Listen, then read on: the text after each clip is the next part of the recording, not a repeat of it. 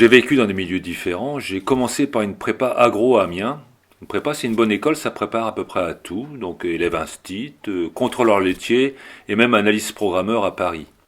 Et donc j'arrive à Paris et je suis hébergé chez Vincent, un pote, qui me fait manger bio et qui m'initie à la réflexion sur le bio. Donc la revue Solagra, l'éco-repas, tout ça, c'était important. Et donc là, le copain qui mangeait bio, un jour, il nous dit « Oh tiens, j'ai des copains qui sont dans les Vosges, là-bas, au-dessus de Münster, là-bas, ils ont un gîte. On y va pour les vacances de février. » Et puis justement, ces copains-là, ils avaient une fromagerie. Plutôt que d'aller faire du ski le matin, je me levais à 7h du matin, puis j'allais faire du fromage. Et puis je dis, mais c'est quoi ce métier de fou? Je ferais du fromage, tu vois. C'était en 86. Et puis 5 ans après, je faisais du fromage, enfin 5-6 ans après. Et voilà, c'est cet homme-là.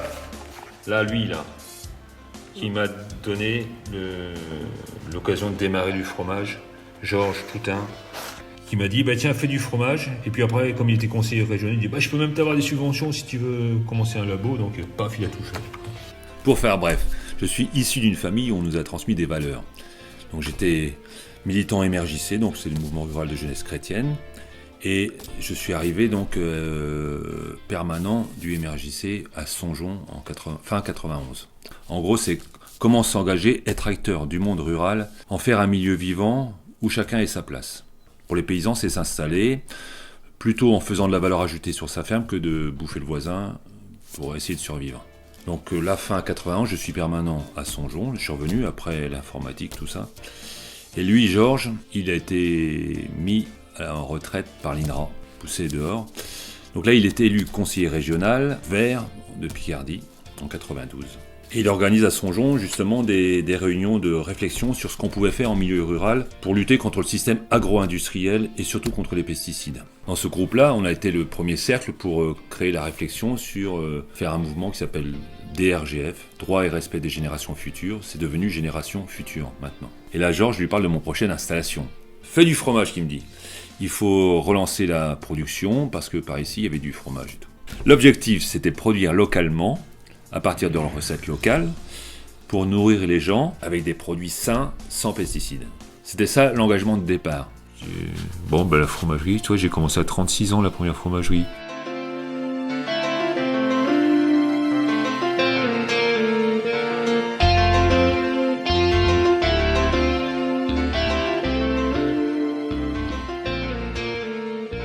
Donc je suis parti de zéro. Premier essai, c'était dans la cuisine à Choqueuse, je me rappelle, avec Louis Lapier, qui était à la manœuvre, parce que lui, il avait été ingénieur qualité de lait, ou je sais pas, chez Gervais Danone. Je lui ai donné la recette que M. Jean Parisi m'avait donnée. La première étape, c'était vraiment de redécouvrir les fromages. Moi, personnellement, parce que je ne connaissais pas ces fromages-là, je n'avais jamais entendu parler de transformation en fromage dans notre région.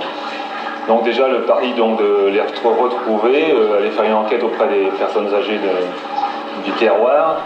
J'étais amené mes recettes à Philippe Classo, qui était quand même prof de fromagerie, qui m'a dit, bon, là c'est un cahier lactique, là machin, lui il a reconnu un peu ce à quoi ça ressemblait. Mais il m'a dit, bon, le fromage au foin, oui, c'est un présure, mais c'est pas très chaud, donc c'est un peu lactique. Mais forcément que les gens, ils faisaient ça à l'hurlure. Donc lui, il a essayé de faire un peu la part des choses, il a reconnu en gros ce que ça pouvait faire, et puis on a essayé comme ça. Quand on les fait, vous le coupez comme vous coupez des galettes pour faire manger. Et dessus. Et de façon de les remettre pareil après dessus. Ah, d'accord. Pour le gazon. On met dans un pot, on met le lait, on l'embrasure, et quand il va figurer, on les goûte dans des caserettes. C'est des caserettes en usine, c'est le cri. En usine, oui. Ouais. Oui, c'est en usine. Voilà, les petits caserettes en usine. Et puis on les met égouttés, puis quand ils sont bien égouttés, on les sac, on les pose sur la poêle, on les retourne de temps en temps. Enfin, l'intérêt avec Philippe Classo, c'est que bon, lui, il a reconnu un peu quel type de fromage, quel type de fabrication, le process de fabrication qu'on peut mettre en place pour arriver à faire quelque chose qui se tienne à peu près. Puis après, j'ai fait goûter. Ce qui était bien, c'est que j'étais voir tous les autres, tous les gens. Ils disaient, bon, j'ai fait ce fromage-là, ça ressemble. Je dis, bah oui, c'est pas mal, tout ça. Enfin, ils m'ont encouragé quand même. Même le voisin, monsieur Ouette, qui me dit, ah oui, le fromage au foin, ah si, c'est ça, machin. Bon. Il l'emballait dans le foin, Madame Bance, elle le mettait dans le foin, puis elle mettait un papier journal autour pour montrer que c'était quand même du fromage à foin, quoi. C'était C'était comme une technique un peu éprouvée, hein. C'était pas n'importe quoi, je ne l'ai pas inventé, j'ai suivi un peu leur mode de fabrication. Tome au foin, bray picard et fromage frais. Le tout selon les recettes du cru. C'est un fromage qu'on appelle de garde. Donc ce fromage à foin, il fait ça surtout ça au printemps. Surtout avec un peu de lait écrémé, il commençait par retirer la crème pour faire du beurre. Il prenait le lait écrémé et donc ce fromage, il le mettait dans le foin pour le garder jusqu'à la moisson. Et quand il y avait tous les ouvriers pour la moisson, il sortait le fromage et puis il mangeait. C'est dans la cave que vieillissent et s'affinent 5 tonnes et demie par an de tomes. Plus qu'une tradition retrouvée, une diversification de la production typique du pays de Bray restaurée. «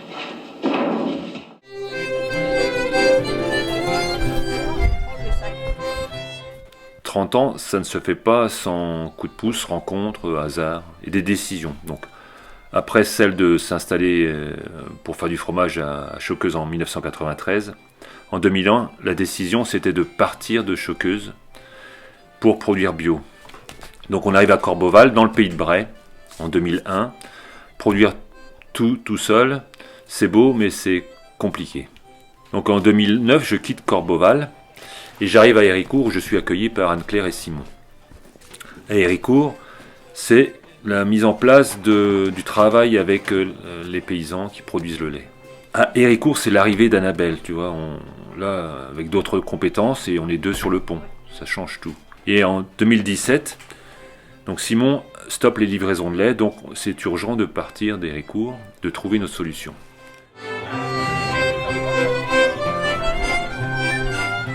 Ce qu'on veut, c'est que le lait jaillisse de cette terre ici, localement, quoi. On ne veut plus acheter de produits qui viennent de l'extérieur, du soja du Brésil, d'Amérique, acheter des céréales loin.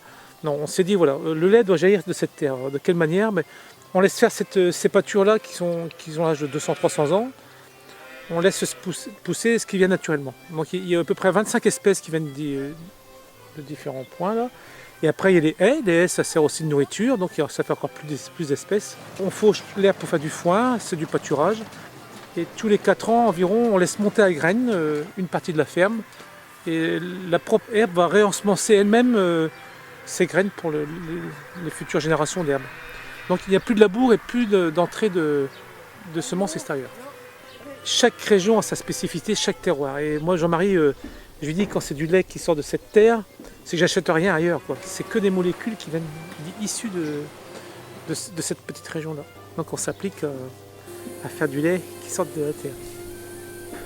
Et ensuite, donc tous les matins, Jean-Marie nous prend la traite, environ 700 litres en moyenne sur l'année, tous les matins. Alors lui, il prend du lait chaud, donc on traite la vache. Le lait ne passe pas par un tank réfrigéré. Parce que mon frère veut travailler du lait à température animale. Donc tous les matins, il vient avec sa cuve, on lui remplit le temps de la traite sa cuve. Et lui, après, il part travailler et puis analyser notre lait.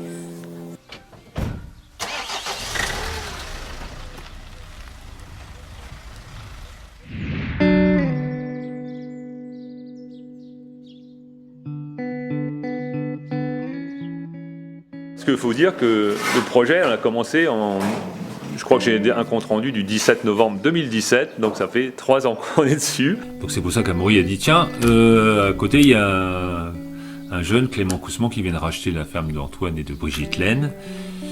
Il a une grande grange, il vient de transférer son étable, tout ça, sa salle de traite dans une autre, à côté. Donc la grange était occupée.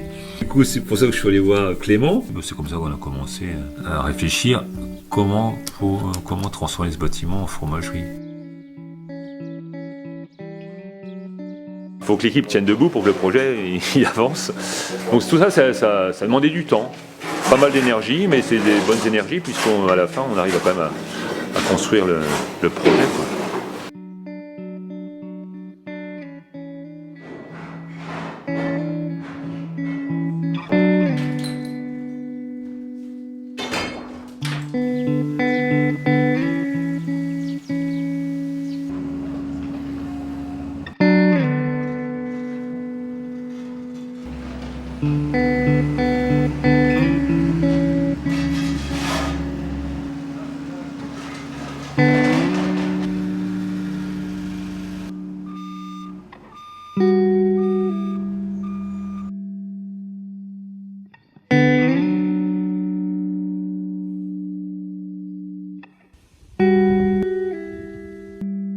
Donc là, c'est la cave d'affinage des fromages. Et donc, cette cave-là, elle va être faite en briques, à la chaux, tout ça monté à la chaux pour faire un environnement naturel. Donc j'ai tenu à avoir une cave en matériaux naturels pour que les fromages ils se sentent bien, quoi. Je veux pas affiner des fromages dans du plastique, dans du béton, des trucs comme ça.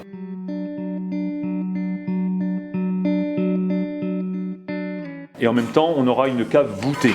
Donc la cave va être voûtée justement pour favoriser les échanges, parce qu'avec la voûte, ça fait une circulation d'air. C'est pas un plafond plat. Donc on aura toujours une circulation d'air qui fait que on n'aura pas d'accumulation d'ammoniac ou tout comme ça. Donc c'est important.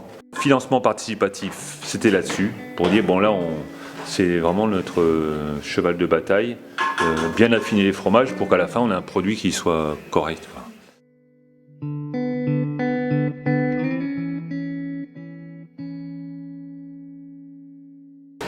Il était où le tank? Le tank, il était là. Là, c'était le tank. C'est pour ça qu'ils ont cassé la porte pour pouvoir sortir le tank. Ouais.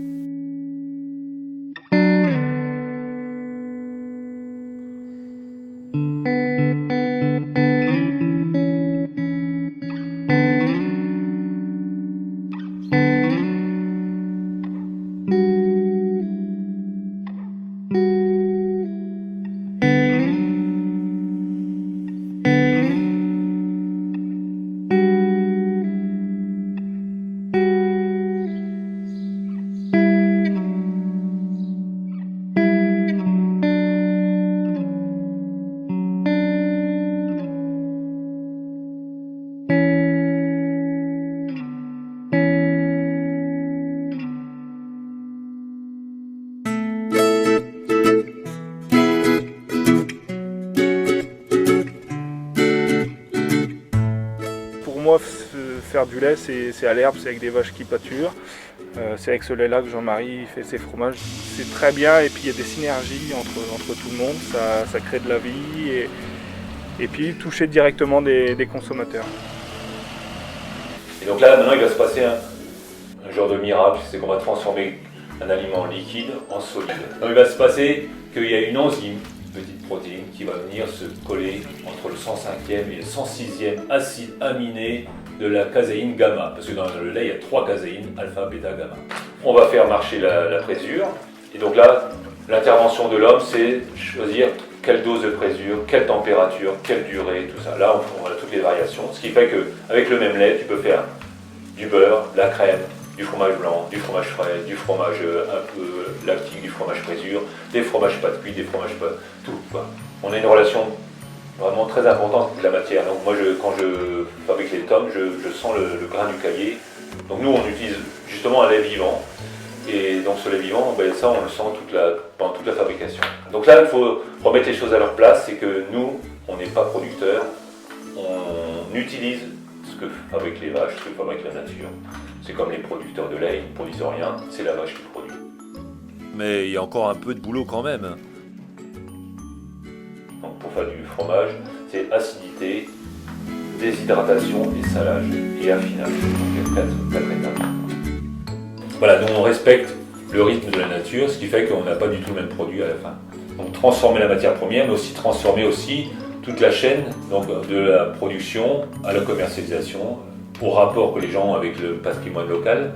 Donc cette recherche-là de fabrication, de transformation donc d'une matière première, ce que je voulais, c'est que ça soit enraciné dans un patrimoine, l'existence d'autrefois, pour refaire une continuité entre hier, aujourd'hui, demain, tout ça.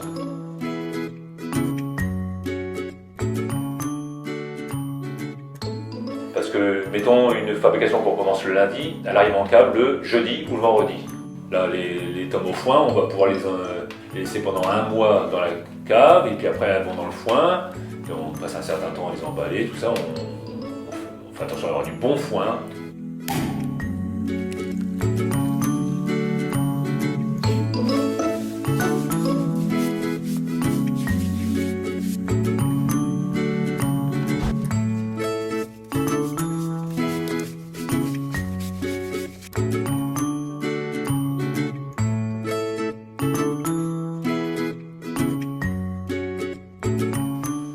Là, on a mis la présure, on fait cailler, on va décailler, plus ou moins grand, plus ou moins vite, on va brasser, on va égoutter, et là l'égouttage, on peut l'égoutter en faisselle, à la louche.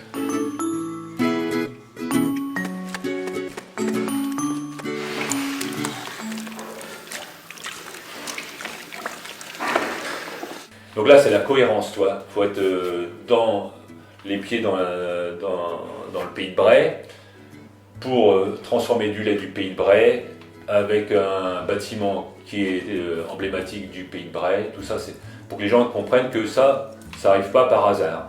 C'est une volonté, c'est un équilibre. Voilà. Et donc là, c'est ce qu'on essaie de faire, une chaîne alimentaire solidaire en équilibre.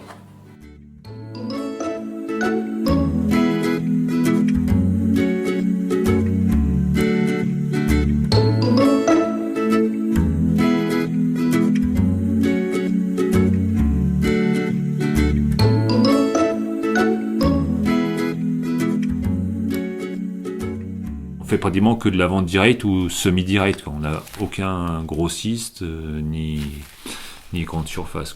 Nous, on privilégie quand même la relation. Que ce soit la relation directe avec le client ou avec le revendeur. Ou c'est un revendeur qui est sur le marché. Donc ça, c'est quand même intéressant.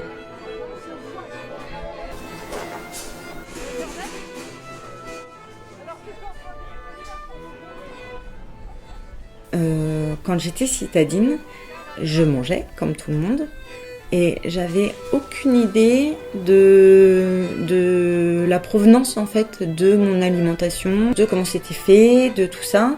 La map, ce qui est bien, c'est que ça permet de pouvoir avoir un lien vraiment avec la personne qui produit ce qu'on va manger.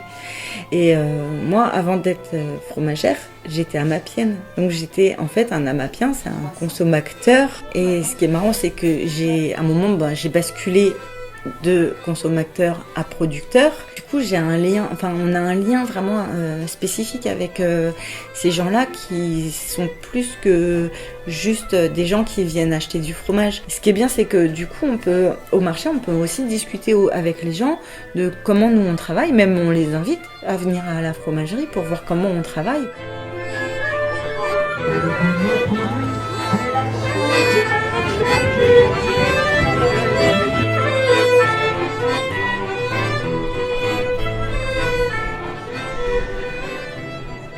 Le fromage de Jean-Marie, c'est au top. Franchement, Super bonne la tome. ouais, super bonne la tome. Un cru exceptionnel 2021 pour le lait. C'est pas pour le pinard, mais pour le lait. C'est travaillé, c'est bien travaillé. Et je sais d'où ça vient. Et je m'en régale. Je m'en lèche les babines, je viens tous les semaines.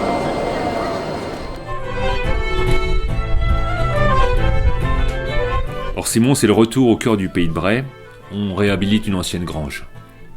Deuxième point, donc on fait revivre les recettes locales, les anciennes recettes que j'ai retrouvées. Tout ça, c'est du patrimoine que j'appelle élargi. Le troisième point, c'est transformer du lait produit dans le village. Et au passage, Clément qui passe en bio. Bon, agrandir les installations pour fournir plus largement, donc en particulier les collectivités locales, les cantines, tout ça. Ça, j'y tiens. Et le dernier point qui me tient à cœur, particulièrement, c'est partager tout ça. Donc l'accueil, expliquer, la pédagogie, pour partager nos valeurs. Ce bâtiment, c'est la synthèse de près de 30 ans d'expérience. Et tout ceci prend corps dans ce corps de ferme. Donc c'est du concret. L'engagement, ça pourrait être ça, quoi. Puis des gens à remercier forcément parce que on passe pas d'une étape à l'autre sans des petits coups de pouce, des rencontres, des fois des hasards. Donc forcément, ma mère qui m'a soutenu dès le départ, mes frères qui m'ont accepté, qui ont accepté le fait que je vienne au GAEC pour faire des essais de fromage. Puis après, donc, dans les éléments décisifs, il y a eu Georges Coutin, Désiré Dogan, qui m'a donné le tuyau vers Philippe Classo. Et après, bon, c'est vrai, il y a tous les gens que j'ai rencontrés pour les recettes de fromage.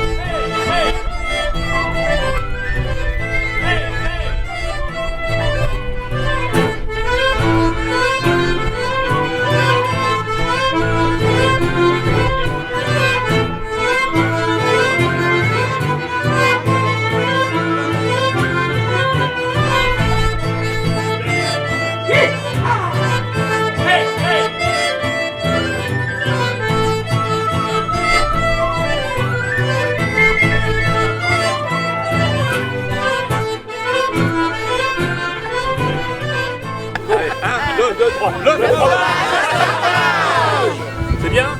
Encore?